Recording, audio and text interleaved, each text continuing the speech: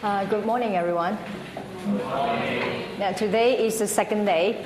It's going to be a harder day than yesterday because studying is very long hours at the center. Okay? So, if you feel like sleeping or dozing off, please go ahead.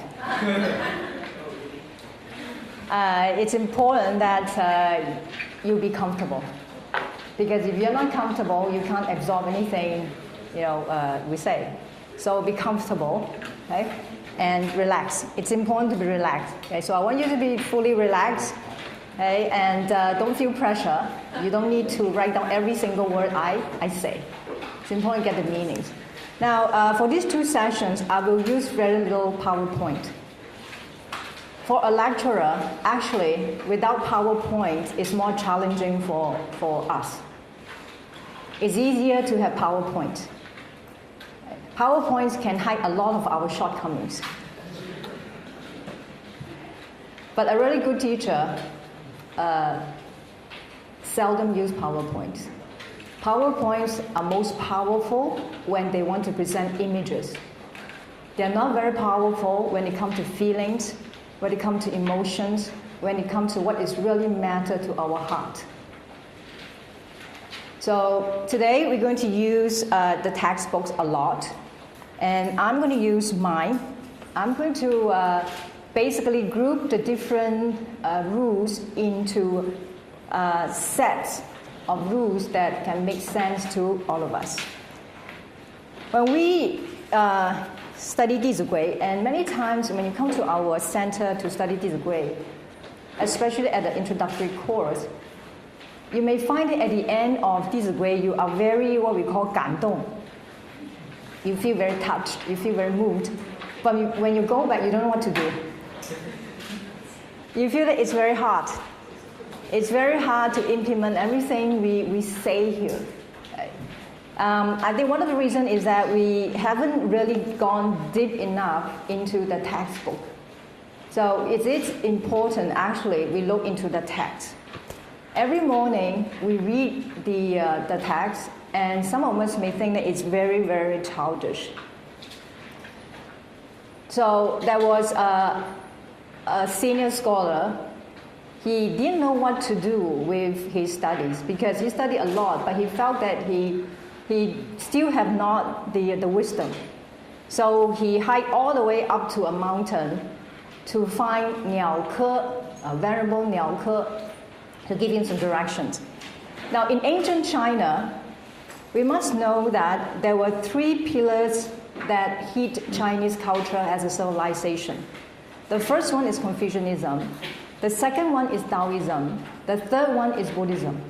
So these three cultures merged together and formed the pillars of the Chinese civilization. So even though the Chinese is not a Buddhist, but he will be profoundly influenced by the thought of Buddhism. For instance, my dad is not a Buddhist, but he would say things like, when there's one monk, you have water to drink, but when there are two monks, you have no water to drink.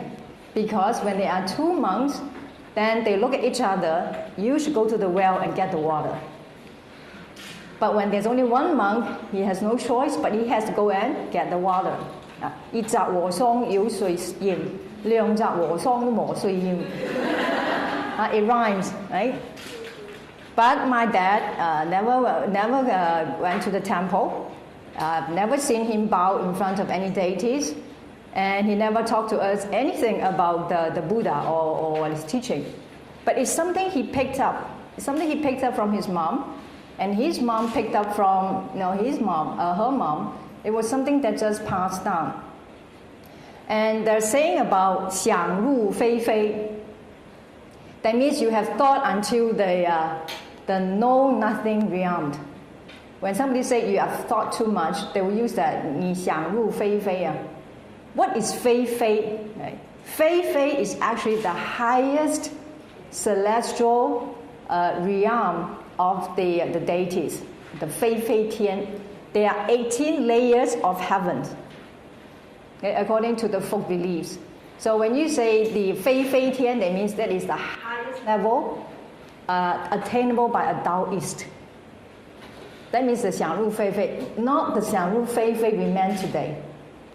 Today when we say Xiang Ru Fei Fei, it's like, gentlemen, you see some lovely ladies there, 你想入非非. But that's a wrongly applied of 想入非非. Okay?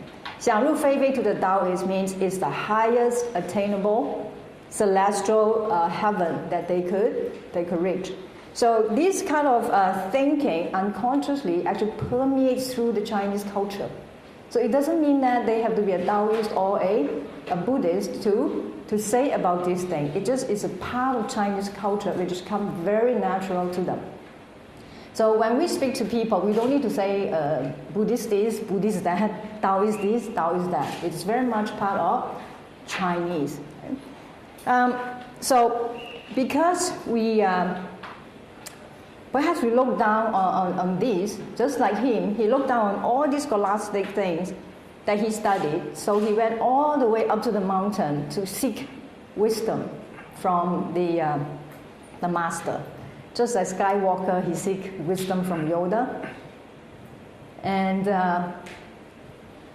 the master told him, do not do all is bad, do all is good. Isn't it easy? He said, that's too easy. The scholar said, that's too easy. You mean I came all the way up here just to hear this? And the master said, yes, 3 years old will understand this, but an 80 years old may not be able to do this. Everyone understands that. Isn't it easy? You do not do anything that is bad, but you do all is good. Sounds very easy. Okay, you try it. Now we say you got to be very disciplined. No matter what you think, you may not like the way the class is being arranged, but since you are here as a student, you must obey the rule. Now that is not something that everybody is willing to do, but if you can, you learn something in your life. There are times when you have to, what we call 忍. You know what's 忍?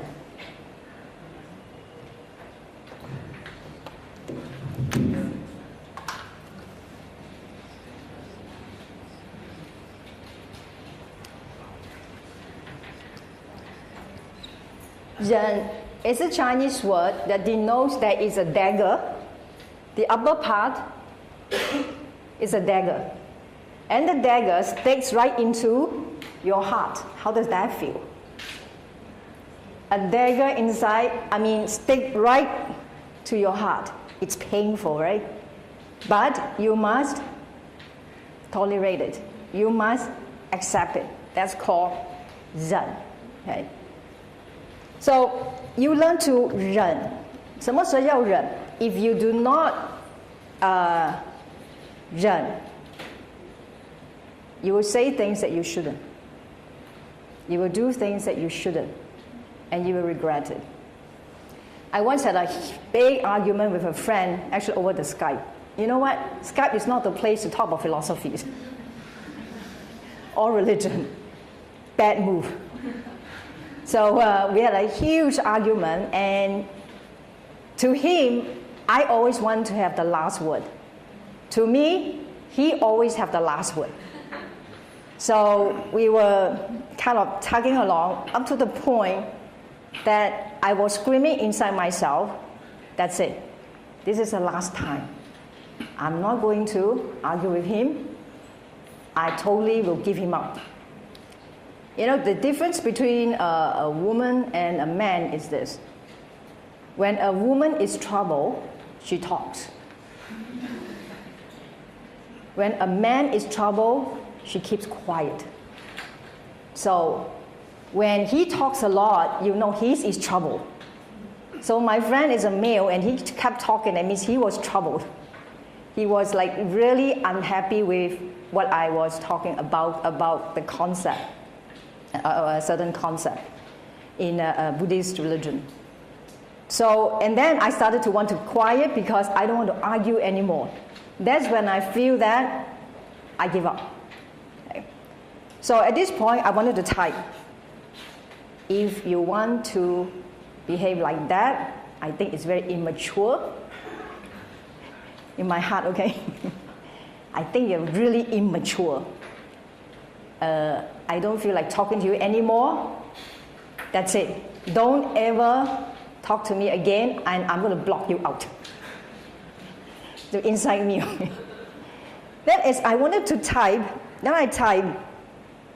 Then I thought, wait, I remember this. Okay? Then I stopped, and I said, well, I think I better stop before I say something that I will regret. Talk to you later. Then he said, okay. Then I let it sit for 1 week. I calmed down, he calmed down, and we talk again. So we're still friends today. So this 人 is easy to say, but when you have to do it, especially towards your own children and to your spouse and towards your parents, it becomes a very far, very hard to reach ideal. But if you can do it, then you find that your cultivation actually will, improved, will be upgraded. So the master said to the scholar that, hey, it's easy for even a 3 years who can understand it, but not even an 80 years old can do it. So we may look down on this little booklet. Who doesn't know?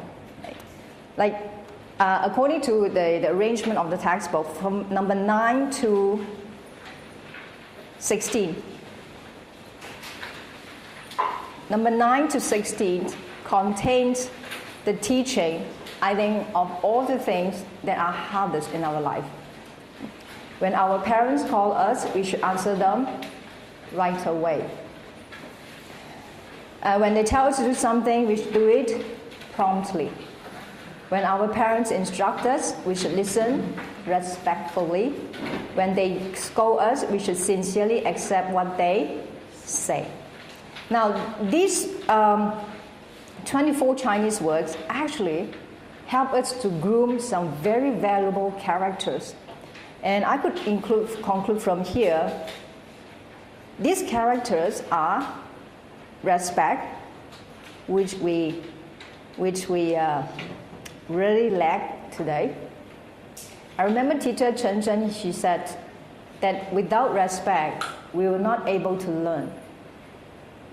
Because if you don't respect the teachers, if you don't respect your friends or your bosses, you already have put up a wall between you and the other person. So whatever the person says will just bounce back because you refuse to accept what they teach you. Right? So the sense of respect is very important. Right? Appreciate. We learn to appreciate from here. To appreciate that our parents are much more experienced than us. Now, you may not agree, but they are more experienced than us, especially when you're in trouble. And I saw my nephew when he was a little baby. I think he came up with some we call air in the stomach. Kids always, get air in the stomach. And the mother tried to give him some medicine, but he refused to take the medicine. So he was crying and was kicking. He was just a little baby. So the mother started to cry, the second child to my sister-in-law. She didn't know what to do, so she started to cry. And then my brother started to cry. So 3 of them cried together. And my mother saw it. So she took my baby nephew. Then she did this.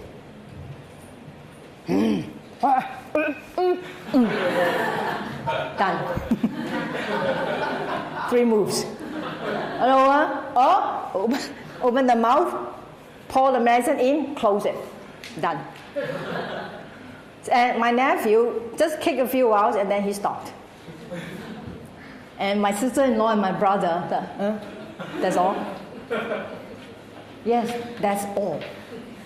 And then my mother went to pound some herbs and wrap it around the stomach, and the stomach would become blue later on.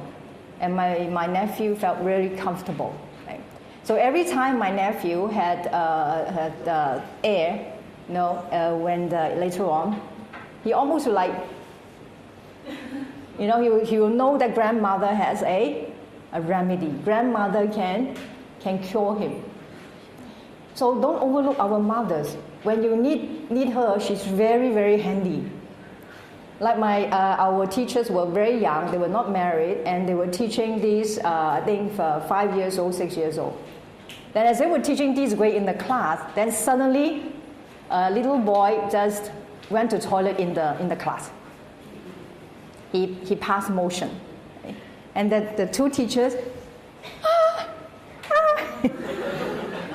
because they saw the fishes, they didn't know what to do. So, and then there were married ladies, older women, they came in and said, never mind, 不要怕, 不要怕. So quickly they took up the boy, clean up took him to the bathroom, clean him up, and then and helped to clean up the fishes on the floor. It was that easy. But the two young teachers were, and very often you will find that, you will call your mother, Mom, there's something, I don't know what to do, including offering to the deities. I heard my third sister asking my mother, Chinese offer chicken to the deities. So she asked my mother whether the chicken head should face the outside or the inside.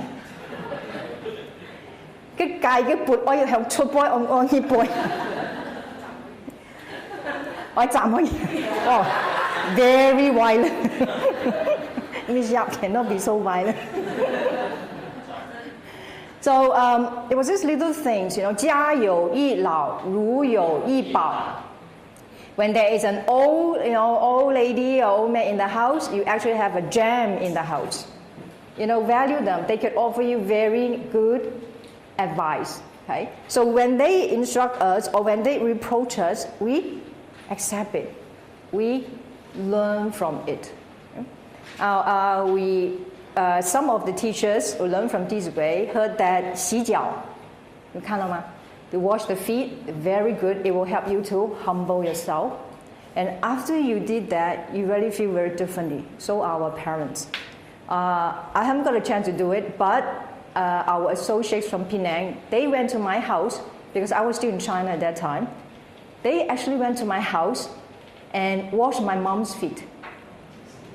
It was the first time my mom's feet got washed, and she told me, "Oh, it was so nice. Your friends came to our house and washed my feet." In fact, my friends, they have the whole tools and instruments at the back of their cars. They do that everywhere. They go around. They really practice what they learn. Right? And so my mother was quite superstitious, in the sense that she told everyone that Poland's friends are all good people. All my friends are good people. 喲，嫁嘅朋友啊，全部後面來嘅。All are good people. So they said, why are they all good friends? 因為佢哋話拜佛㗎嘛，好嘅哦。They are all good friends because they are all good Buddhists. That's what she believes, okay? So I always tell my friends and my associates, please, when you go to my house, put up a good site. Don't spoil my mom's illusions.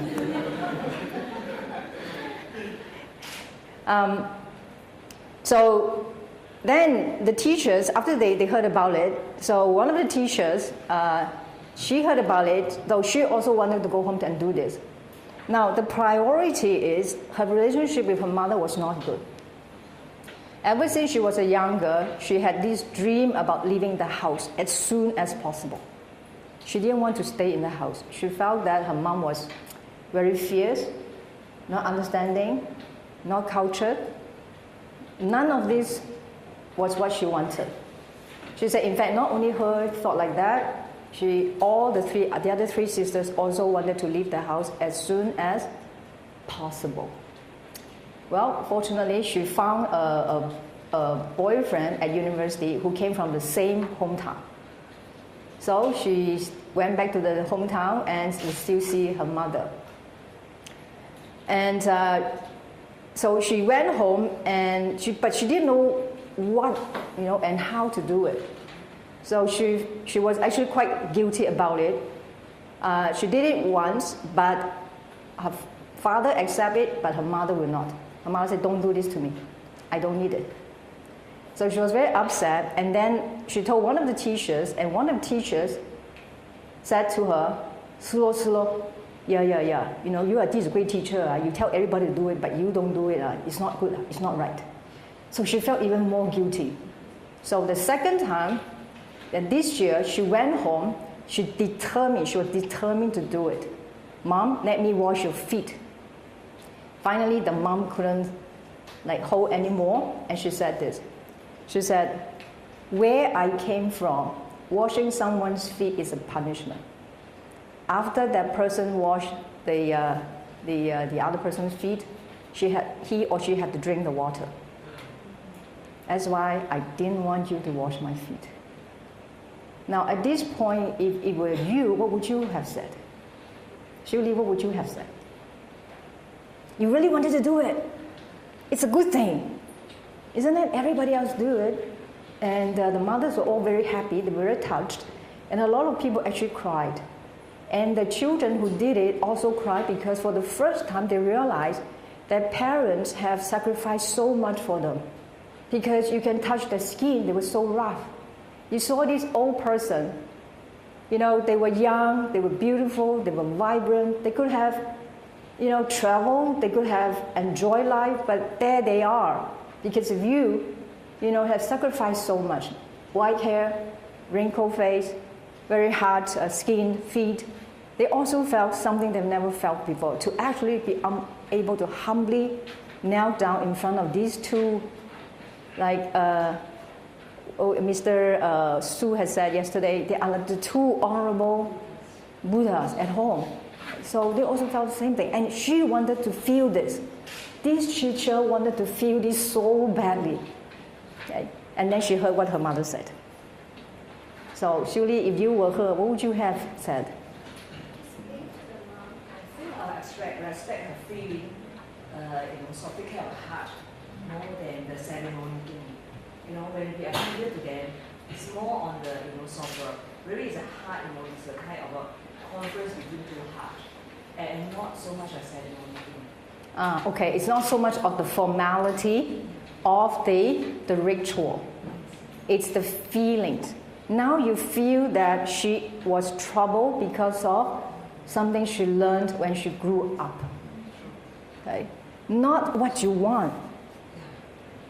We want to be good, and we want this goodness to be put on other people without considering whether that person, there is something about that person she's holding back, maybe for a good reason. But instead of feeling this, she felt very bad. She had more remorse against her mother. You see, you are so uncultured. You don't understand. You have not learned Dizigui, and you don't want to learn Dizigui. So she could not open herself up. And then she came and attended the course, the 7-day course that just passed. She felt very bad because she saw everyone who went up there to share had this big heart and accepted by their parents. And yet, her mother would not accept it. So she felt very sad. She couldn't sleep for 2 nights. And as she talked to me, she started to cry. So we were exchanging this idea. Just like surely I told her, this was an excellent opportunity to learn. I have never heard of that before. None of our teachers have ever taught us before. This is a great opportunity. You should have asked her, "Hey, Mom, who deserved that kind of punishment? Can you tell me some more? What did that person do that will get this kind of punishment? And when did that punishment start? Where is your hometown?" We didn't know where our parents come from. Okay, let's take a survey here. If you know where your parents come from, exactly the location, the village, the town, How come only here yes? What about Jenny? When we were, one day when my younger brother, he spoke Cantonese, and my father's friend heard it. And he asked my younger brother, where did your grandfather come from?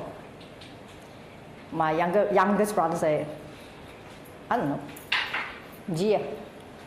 So my father's friend was kind of not very happy about that. So he went to my father and told my father that you did not teach your children properly. You can say anything to my dad, but don't say that. That he did not teach his children properly. But my father, being a very cultured man, did not scold his friend, but instead he said, thank you very much. I will correct this. So at night, he held a family meeting. Very civilized. So he held a family meeting, including my mom. So my mom was sitting, important point. My mom was sitting at the front beside us. I remember my mom's face was actually quite pale because she had to bear the racing part, because my dad was very busy, and my mom had to cook, had to wash, had to make sure we do our homework, had to yell at us. That was her job. And the youngest one, the eldest one didn't have to go, but all the youngest one was sat like side by side, one row. And my dad said, okay, repeat after me. Repeat after me. Okay, where did I come from? 中國廣東梅縣茶坑松羅鄉. Until today, I remember it. That was how many years ago? Must be over 40 years ago. I still remember it. Why? Because that was what we did the whole night. 中國廣東梅縣茶坑松羅鄉喺度同龍潭包. That means country, the province, the county, the district, the village. Everything has to be in there. So today, if you ask me, where did my parents come from? 中國廣東梅縣茶坑龍潭包松羅鄉.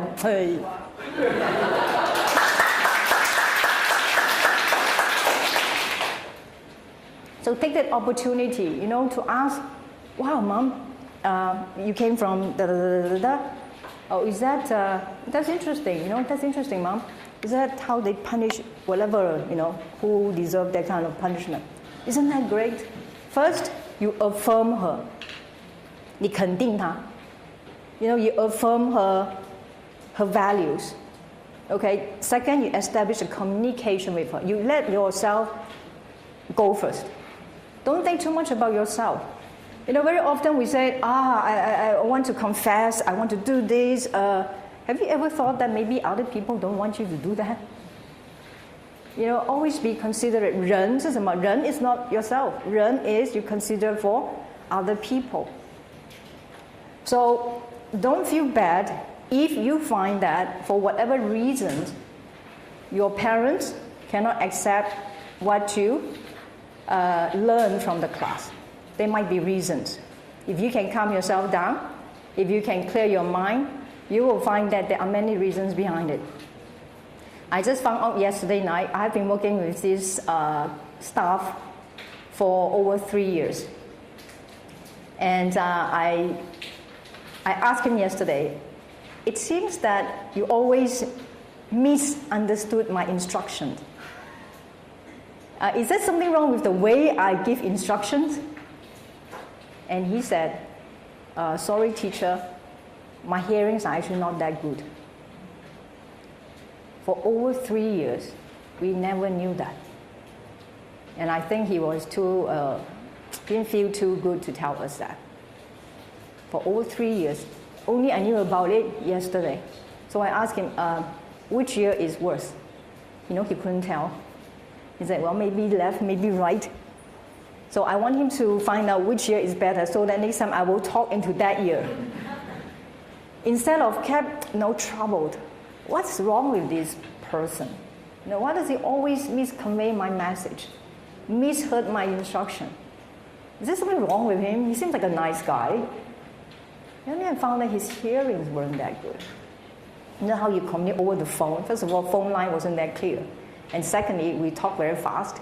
And thirdly, I got this pressure. Do you understand? Would you expect him to say no? And he's a much elderly person. When we talk to an elderly person, respect is very important.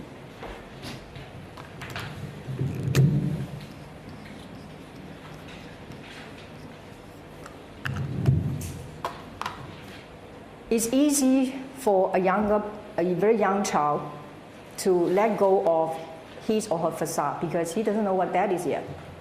But for an elder person who has lived such a long time, they have gone through a lot of things which until we experience it, we might not understand, we might not know. And that's why 对尊长勿献能 in chapter 2, when you're in front of an elders, such as our parents, we must learn to respect them first before we rebut. We seem to think that we know everything. Do you know that we don't know a lot of things? Especially as a young child. So these 24 words, Chinese characters, show us the respect, okay, the appreciation, okay, the appreciation and to communicate with them. Okay? But before we impose what we think is good on them, we must breach trust.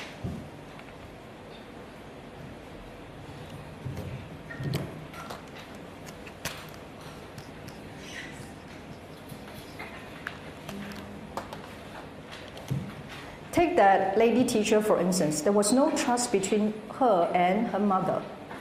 So without that trust, it is harder for other person to accept your belief. However, when she trusts her mother-in-law, she is on very good terms with her mother-in-law. She has no problem with her mother-in-law because she was more forgiving towards her mother-in-law.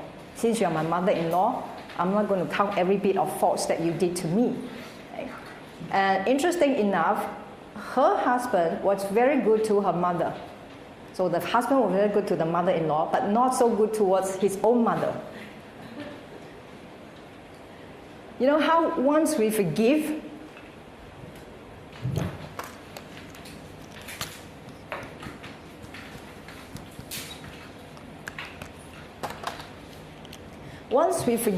our perspective can change. You try this. You really hate this person. But once you forgive for what you hate him for, your perspective of that person change. So same mothers, right? One is husband's mother, one is the wife's mother. But they're only good to each other in terms of mother-in-laws. But if they would transfer that same feeling towards their own mother, they will have no problem. So it's like children. I saw a teacher, her daughter was on the left-hand side. Her students were on the right-hand side. So they were about to leave the school, and she talked to the student, the little girl, and she said, "Don't worry, be patient. You'll be able to learn Dizigui. Don't worry, okay? Be patient." And then her daughter was yanking her shirt and said, "Mom, let's go now. Let's go now." And the mother, "How can you wait? How can you wait a little bit?" Well, one is be patient. You can learn. Hey, why can you wait? One is it was like miles apart, It was just bung, bung. It was always easy for other children. It was not easy for our own. It's part of being parents. That's why it's easier to be grandparents. So my teacher told me, he said, actually the role of grandparents is not to take care of the children. the grandparents should play with the grandchildren. 叫做含饴弄孙. That means you're eating these snacks and then play with the children. That's the natural role of grandparents. And the grandchildren, they are much more forgiving towards the grandparents because grandparents, play with them, and be very compassionate towards them. But parents must be serious to bring up the children. 父一定要严的，养不教，父之过嘛，教不严，师之惰嘛。你养不教 if you have a child, but you do not bring him up properly, it is your fault, entirely your fault. I had an English teacher. He was a diplomat's son, very young chap. He was only like 20, starting to 20 plus. Okay? He said to me, if I bring up a child, I'm 100% responsible for his outcome. I say, no, you shouldn't, because the child is influenced by so many external factors, and you shouldn't be responsible. No, I am 100% responsible. So likewise, you're 100% responsible. But because you're responsible, you tend to get emotional. If you're not that responsible, not that committed, you're not that emotional about it. Try this. If you don't love somebody so much, you don't feel too uptight about that person. But when that person really means something to you, you become very uptight. Every single move, everything he does, everything he says, you zero in onto that person. Okay? So these 24 words help us to let that go. Help us to let it go. First, it is hard to say, my parents should do it first. And then you as a parent say, children should do it first. So who should do it first? We should do it first. We go back and do to our parents first. So you do this from 9 to 16. If you can do this, you will find that you will have wonderful, new discovery about it. I was also one of those people who found that my mom was like too nagging. So I went home one day and she already, now the next two is 17 and 18 is about taking care of the physical comfort. We should make sure that our parents are warm in the winter and cool in the summer. We don't have winter or summer here. Okay? So it's more like, okay, you said it's too warm here. So we switch on the air conditioner, we switch on the fan to make sure you feel comfortable. Okay? When it's too cold, we ask you to put on a cardigan to help you to stay physically comfortable. Now it's but now it's more like parents make sure we feel comfortable. So I went home and my mom already had the air conditioner on to make my room cool and comfortable. So I stepped into the room, I found it's very warm. So I look at the remote control. My mom did not put on the snowflakes, but I think she put on the humidifier or something. And it was like 32 degrees. So right away I say, Mom, it's too hot in here. I might as well sleep outside. Then I saw her face suddenly drop. Then I suddenly realized these words, 哎呀，不可以这样跟人家讲话 cannot talk to my mom like that. Okay, 将家人先问己嘛哈。And then must be respectful towards my parents. So I quickly went out and said, Mom, come in. You look at this remote control, huh? This is a switch on and off button. This is the button. You might see, this flower. When you see this flower, it means cold. Okay? When you see this flower comes in, the default will be at around 22, 24. Okay, then that's it. That's all you need to know. Okay? And thank you very much for switching on the air conditioner for me. Then she looked very happy. Okay? And my mother was great in the sense that when she felt kind of disappointed, she used to yell at us a lot. But when you get older, you can't yell too much. So she took a different approach. Whenever she felt disappointed or sad, she did this.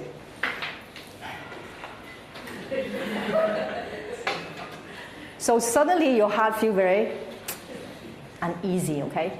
That's why ladies, don't fight. don't fight and quarrel with your children. Because, number one, you're not as energetic as them. You never win anyway. And the second thing is, when they see that you are actually felt so disappointed and sad, they will actually what? Give in a little bit. So one thing that I fear the most about my mother is if she cries. One day she said, "You haven't come home for so long?" I said, "Yeah, I'm very busy saving the world." I save people. So I said, So I use that for my mother. Is okay. But that day I think she really missed me, so she said, so long you haven't come home. Then she started to cry. I said, don't cry. Okay, I'll come back. She click home, and she was happy just for me to be at home. Okay, because for our parents, we need to do three things for them. One is for their body, their mind, and the spirit.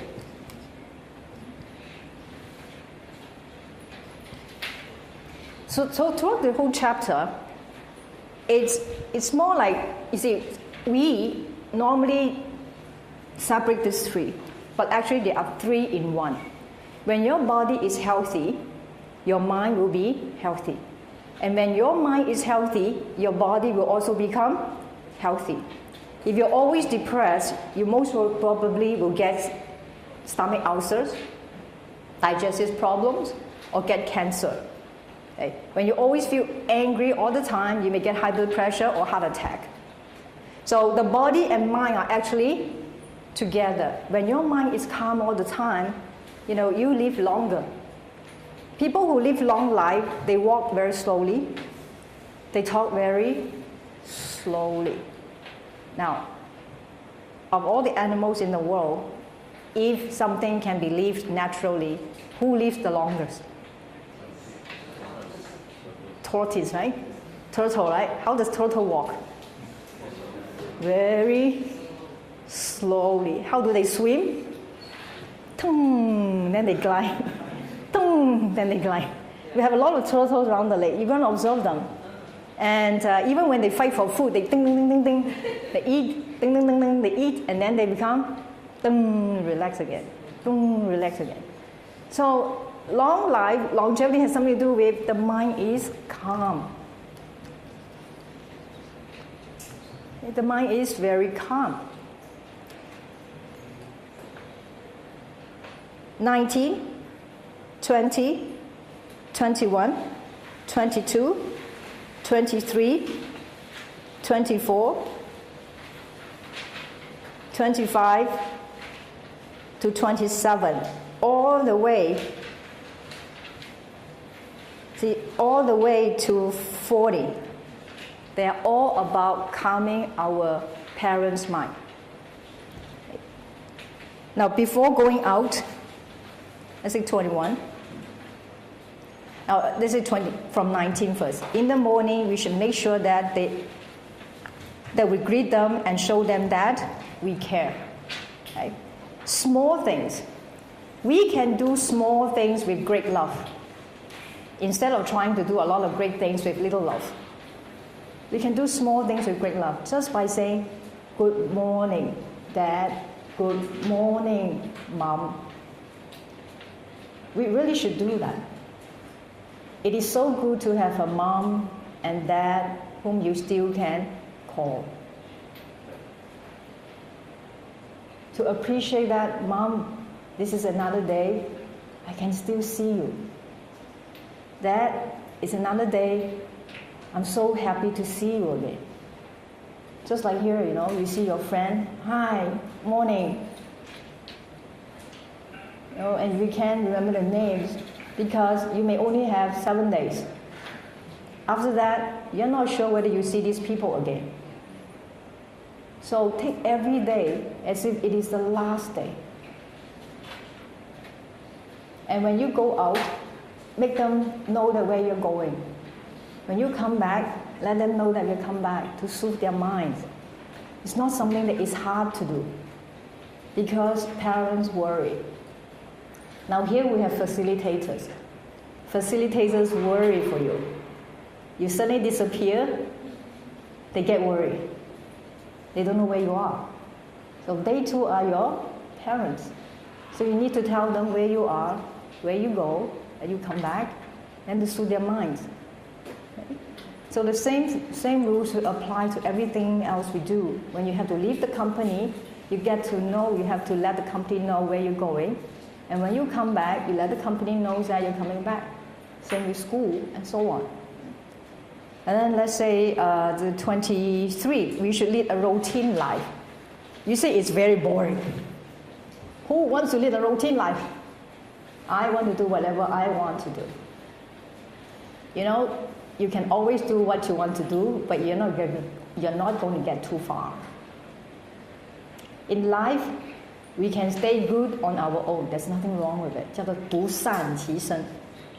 You can be completely happy by yourself, all alone by yourself, and you're not going to be a bad person. You're not going to do any bad things for the world. That is okay too. Okay? But if you want to do greater things, and if you want to have a more fulfilling life, you merge into this society. You draw a line between, the public self and your own self. If you can merge the two, it will be the greatest thing that happened to you. But if you cannot, you must at least know when to be together with other people and when to do what you want. When you stay with a group, there are certain rules that you have to oblige. Why? To keep peace. You know, so many of us are here.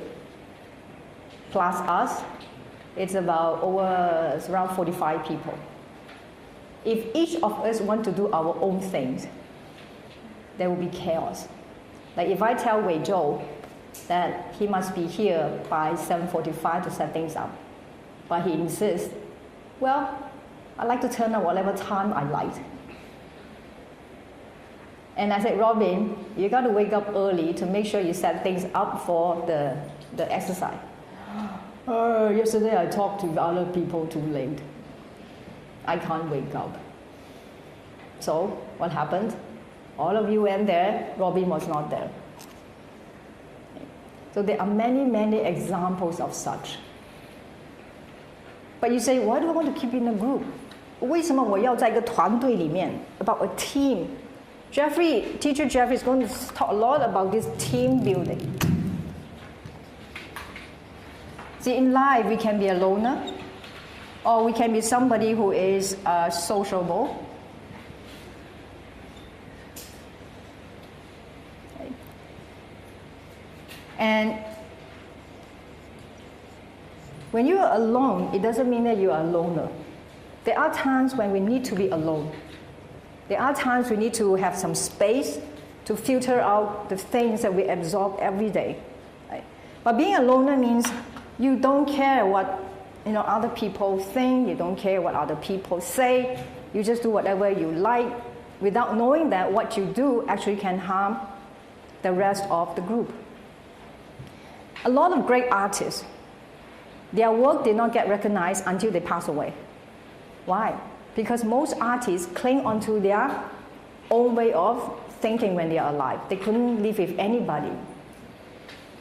But when they pass away, this issue no longer exists. What was left was only his work. That's why his work can become very valuable. But when that artist was alive, he get into quarrel and arguments and causing troubles everywhere. So who wants his work? Nobody wants to buy his work. But when he passes away, he no longer exists. This obstacle is carried off. Then the work becomes, wow, actually he's such a good painter. So we are our own biggest obstacle. So it's about a team, it's about routine. There's something about routine that can help us to groom what we call perseverance.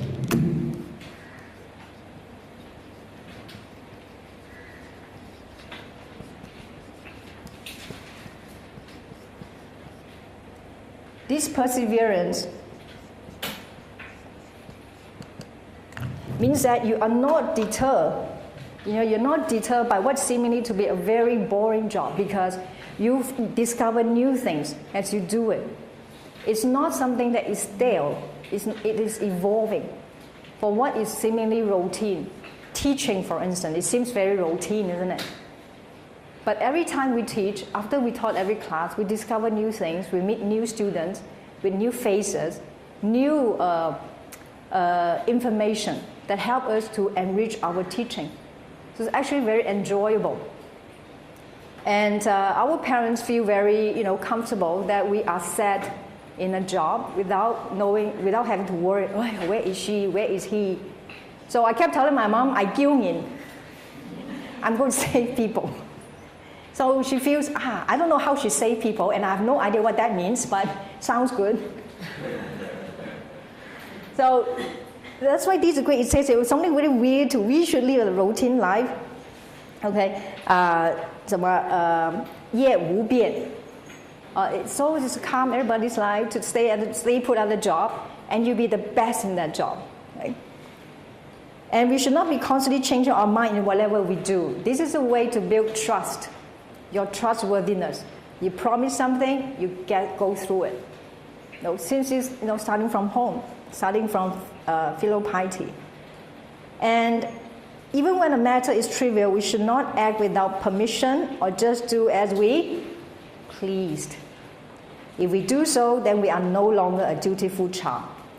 We start from being a dutiful child. Then this kind of attitude can help us to transfer to anything we do in the future. Look at this. Even a matter is trivial. What do you think is trivial here? The rules that we set up here actually are very trivial, isn't it? The shoes have been put properly, for instance. What is so great about putting shoes properly? Robin, what's so great about putting shoes properly? In fact, Mr. Lee had to do a little short video to show us that and invite Wei Zhou to be the guest actor. Why is that important? It's such a trivial thing.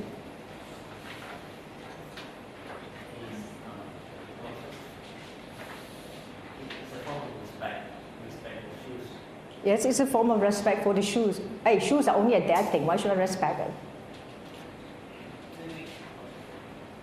And also, when it is proper, then we will feel more peaceful in ourselves. Okay, we respect the shoes, and when things are organized, we feel more peaceful around us. Okay, thank you. Now about respecting the shoes. We're coming back for respecting the shoes. Why should I respect the shoes? They keep us warm.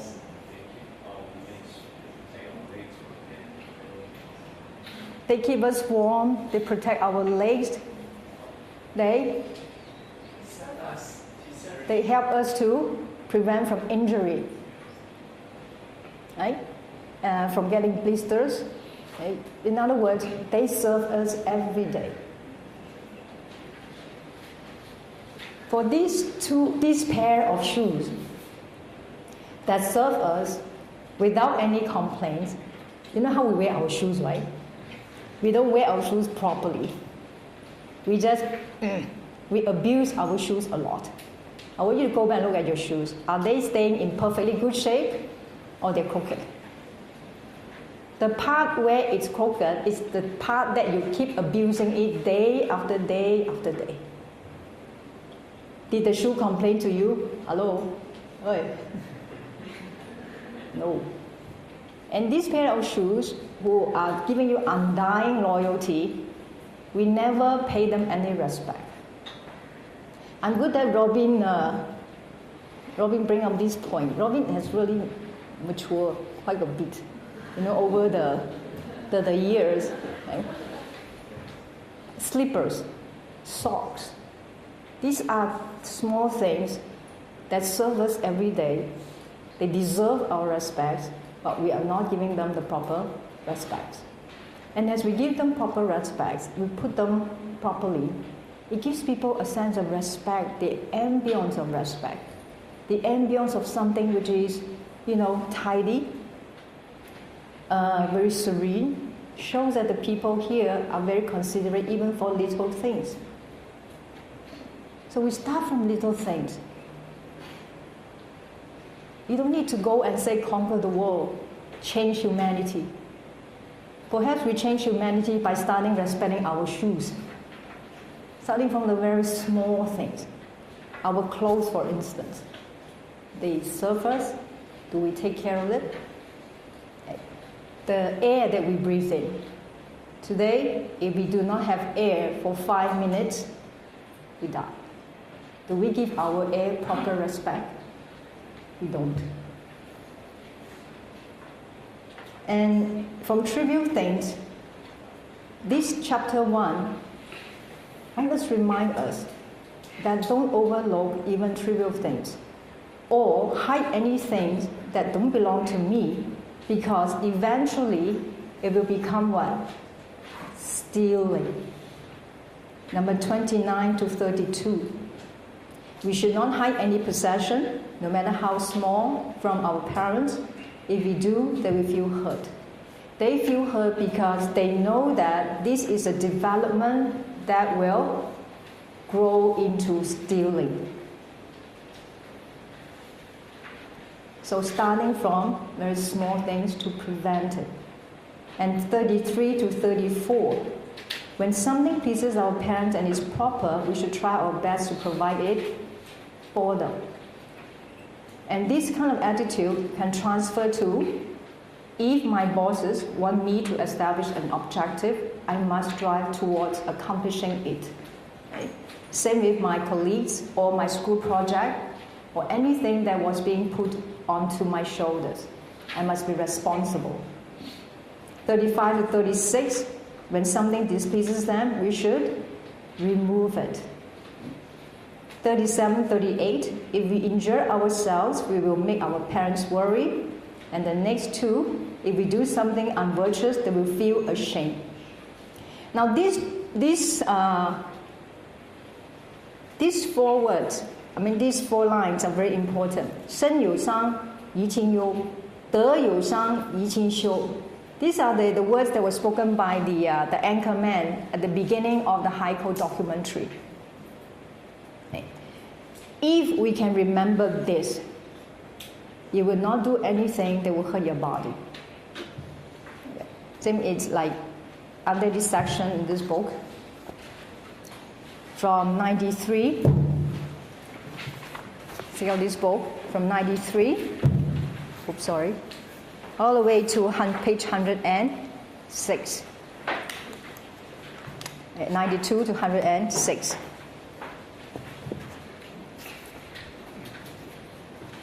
This section delineates the fundamental concept of filial piety in Chinese culture. Number 81 set it out very nicely from the doctrine of filial piety, 从孝经. Now, if one were able to perfect his filial piety and attention to fraternal duties, page 92, he would move the gods and divinities in heaven and earth and will reach the spiritual intelligence.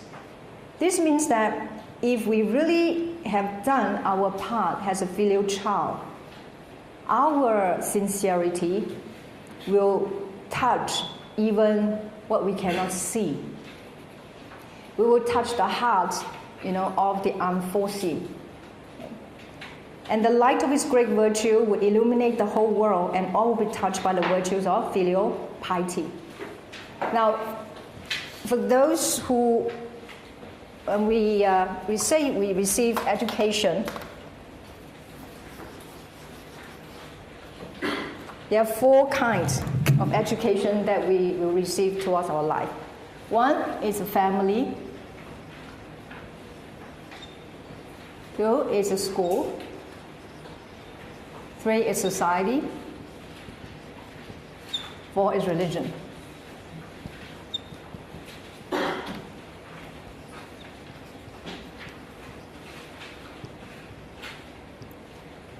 Now, in our entire life, we are being impacted by these 4 types of education, right? Starting with the family. And from the family, we learn about the most fundamental social relationship. And as we go to school, we learn about knowledge. And when we step into society, the society gives us different images, different messages that we also learn. And then the religion, for some of us, religion was an important part of our growing up. You can either grow up religion or you acquire a religion later on in your life. Now, what is the importance of religion? What is the importance, let's say, even of philosophy?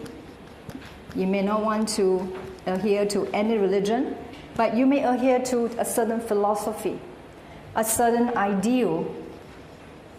All of this transcend simple humanity.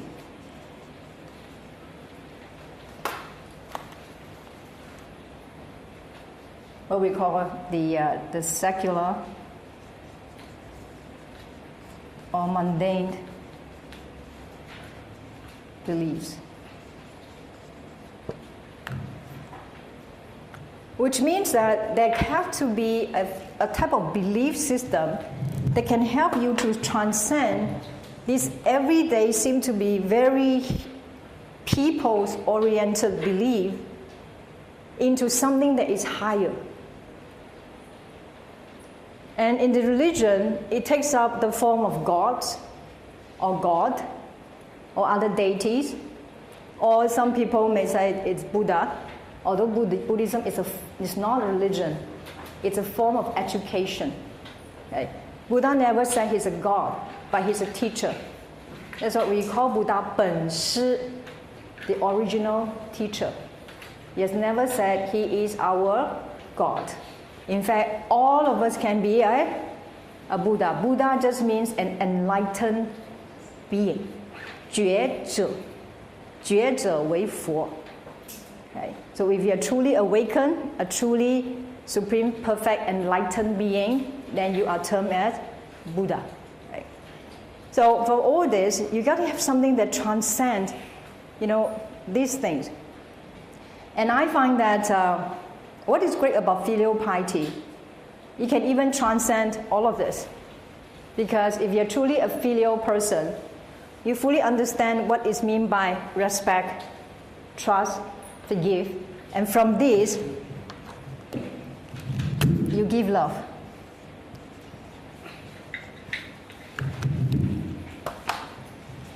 Now, although religions, they teach about love, and all religions teach us to be loved. But how come we have wars? And in many multi-faith conferences that we attend, we talked about how to bridge the gaps, how to bridge the differences, how to celebrate diversities. However, if let's say when we come down from the beautiful podium, then we start talking on a one-to-one basis. Then we start to compare whose God is better. Maybe Buddha is the best. Well, I respect your God, but Buddha is the best. Yeah, but Buddha is not a God, he's just a symbol man. My God is better, Even though we don't argue, but somehow this thing roll in our mind. And I particularly like a religious leader who said this to us. He said, we all say we come from the same source. We all climb up to the mountains, from different routes, but eventually we'll reach the same top. But have you ever thought that we might be climbing the different mountains? We climb different mountains, therefore we reach different tops. So I said, whoa, 高明. That's why when we start to talk about religions, start to talk about these politics, we start to get into argument. But anytime you talk about my mom and dad, nobody will argue with you. If somebody say, hey, you want to come out at about 11 to have a drink with us at the pub? If you say, I'm sorry, I can't because my mom doesn't allow it. Nobody's going to say, very few people will say, yeah, forget about your mom. Now, if that friend tells you that, would you want to be his friend? You don't want to be his friend. Okay. Even if your boss, insists you must go and entertain. And you say, cannot, my mom said I must be at home by what time? Or my mom is sick. Or I have something to take care of for my mom or dad. Nobody will object to that. So as we talk to all these different faiths, but once we talk about our family, our parents, and so on, they stop arguing. Then we can find some common language. That's the greatness about Confucius. Confucius takes something that we understand because it's a very natural relationship. There is nothing artificial about it because we can personally feel it. That's why it says here, it can reach to the spiritual intelligence. And the light of his great virtue would illuminate the whole. Now, who is his here? His is the filial person. Okay, his here represents the filial person. Okay, the light of his great virtue, because he's filial, would illuminate the whole world, and all will be touched by the virtues of filial piety. And then 83 also illuminates further about filial piety. It's not just a small filial piety. There are at least 3 ways of looking at filial piety. A minor, an intermediate, and also a supreme. A bigger filial piety on page 95.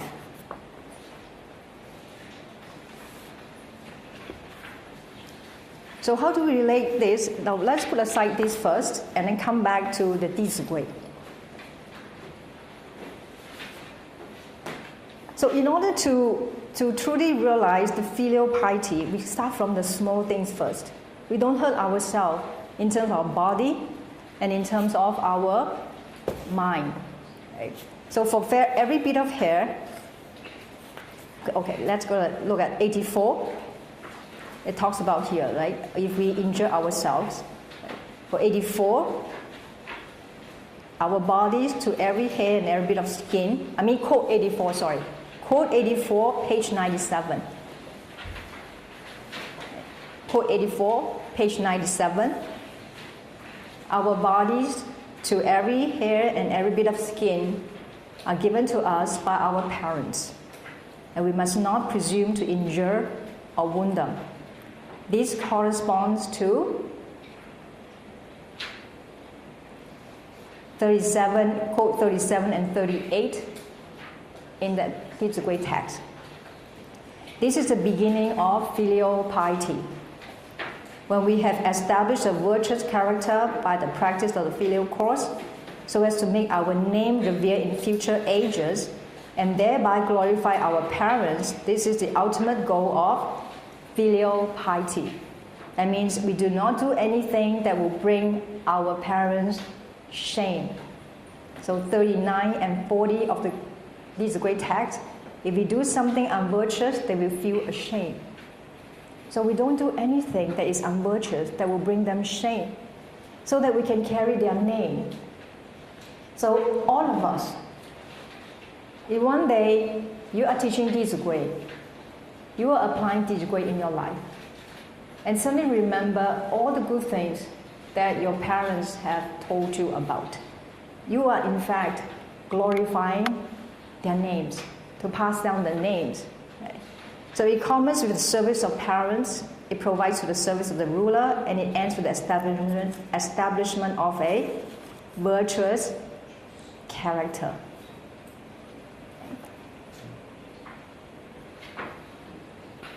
And the next one, but how do we able to do that?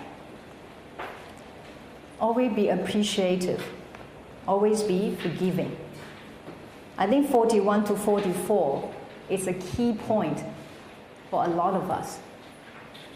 When our parents love us, it is easy to be respectful and loving. But when they do not love us, respecting and loving them means we have a noble heart. Even my small student told me that. I asked them, what is the hardest thing to do? She said, if my parents don't love me, it's hard to love them.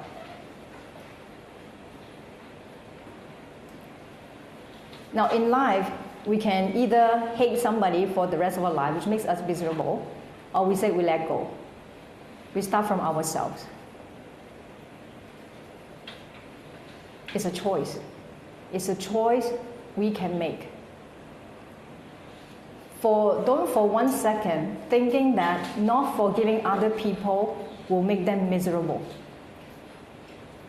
When we not forgive other people, we think that it's a form to make us to feel comfortable. We stop loving them. Okay? That will make us feel more comfortable. That will make them feel more miserable. Don't for 1 second believe in that. If you hate other people, you are the one person who will get hurt the most. Because every time you think about that person, your heart cringed. Your heart beats faster. Your blood pressure goes higher. And your whole molecular structure is being reconstructed in such a way that everything is repulsive. You cannot receive anything. So if you don't forgive people, starting with appreciation, I think, is the best remedy for stopping this hatred. I think no matter how bad our parents are, the fact that they brought us up, or even they allowed us to be born in this world, is something we should be appreciative of. Some of us might not have made it to this world. And I remember this teacher sharing with us, she had a really lousy childhood. Her mother was a drug addict. Her father was sort of, well, not too much to say about him. And he left very early, and he left her mother just with the teacher and her brother. And nobody would take care of them. They grew up, more or less most of the time by themselves in that crummy apartment. She said, one day, we got so hungry, I literally used all my strength, I was just a little girl, to pull the gate. It was the old type of gate that it can be folded. So he said, I tried all my strength, I said, I pull the gate, just enough space for me and my brother to squeeze through it. And I knocked on my neighbor's door, asked them to give us some food. That was the kind of condition they were brought up with. And she said she hung out with the wrong crowd. She swears. She did a lot of rough things with the boys because nobody would take care of them anyway. When did she change? She said she went to school and often without breakfast. And one morning, one teacher asked her, have you had breakfast? And they said no, and then she started to cry. So the teacher took out a Kleenex and gave it to her. And 你别哭，等一下我买东西给你吃。With this Kleenex, she said, I felt so touched. Nobody ever told me this before. She said, I used that to wipe my tears, and then I kept the Kleenex. She was so lack of love. She said, I kept the Kleenex because there was one Kleenex that reminds me that I'm still loved. And then she put herself through college, and she had a family. And then she said, I'm just appreciative of my mother for giving me the chance to live, because her mother was very young when she had the teacher. She said, with her profession, in that kind of environment, my mother could have easily aborted me, but she didn't. So I forgive her just for that. And as long as I can, I'm going to help her. So she sent her to drug rehabilitation, and she said, I will still take care of her. I must forgive, because years of hatred does not bring me to anywhere. I must forgive. Without this forgiveness, I cannot live, with myself. So live with yourself, okay? Even though they don't love us, like Shun, Da Shun, his own father, his stepmother, his stepbrother, all wanted to kill him. But through this all, he did not feel remorse towards any one of them. So in the end, he got 2 beautiful princesses as his wives. And after observing him for over 20 years, and then worked under Emperor Yao for another over 10 years, Yao gave his throne to Sun, which is also in this book, about Emperor Yao, about Emperor Sun, how his filial piety actually gained him the emperor, the seat of the throne. So for all this appreciation, when our parents are ill, we should take care of them. And when they passed away, we should at least, make the funeral respectable. And as we mourn for at least 3 years. Why 3 years? For the first 3 years of our lives, we are totally helpless. We could not do anything on our own without the help from our parents. And also the first 3 years of our lives demand the most attention from our parents. A lot of babies die very easily. Our parents could not sleep well, they could not eat well, they're always constantly worried about us. So for at least 3 years, we remember them. And the number of 3 is also the easiest to achieve. Like 三字经, why the words of 3 characters? Because, without psychology, the Chinese realize it through experience. It's easy to remember 3 by 3 by 3. Anything is beyond 3, it's hard to remember. So when you have key points, how many do you give? 3. Okay. When you say 三人行必有我师焉, so when 3 people walk together, it's just a symbol that because 3 is easier to remember.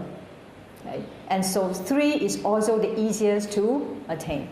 The ancients will not tell us to do anything that we cannot attain. So for at least 3 years, we mourn for them. But throughout our life, we must remember what our parents teach us.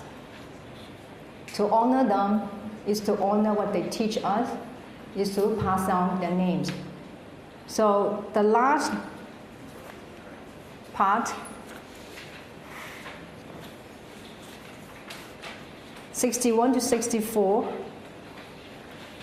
that we should arrange our parents' funeral in a proper manner. We should always honor them as if they were still alive. Like my parents, they both passed away, but I talk as if they're still alive. Because he and she are still very much alive in my mind. Okay? We should always honor them as if they were still alive, and especially on the anniversary of their death. Remember them with a sincere heart. If I can truly implement what my dad has taught me, I would have passed down his name and done my part for filial piety. So with that, I'll end my sharing. Thank you very much.